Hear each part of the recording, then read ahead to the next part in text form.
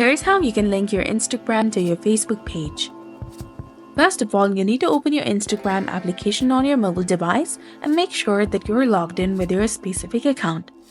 Also make sure that you have switched your account to professional, and to verify that, you can tap on your profile picture and then tap on the three lines in the top right. From settings and privacy, search for business tools and controls. Scroll down and there you will see the option of switch account type, and make sure that you have switched your account to professional account. Now from the settings and activity option, go to account center, scroll all the way down and go to accounts, click on add accounts option, and you will be given two different options, that is Facebook and Instagram. Tap on Facebook and enter your credentials and then confirm your choice and your account will be linked. That's it, you're ready to manage your accounts together. So this was all about it. If you found this guide helpful, please like, share and subscribe. Thanks for watching. See you in the next one.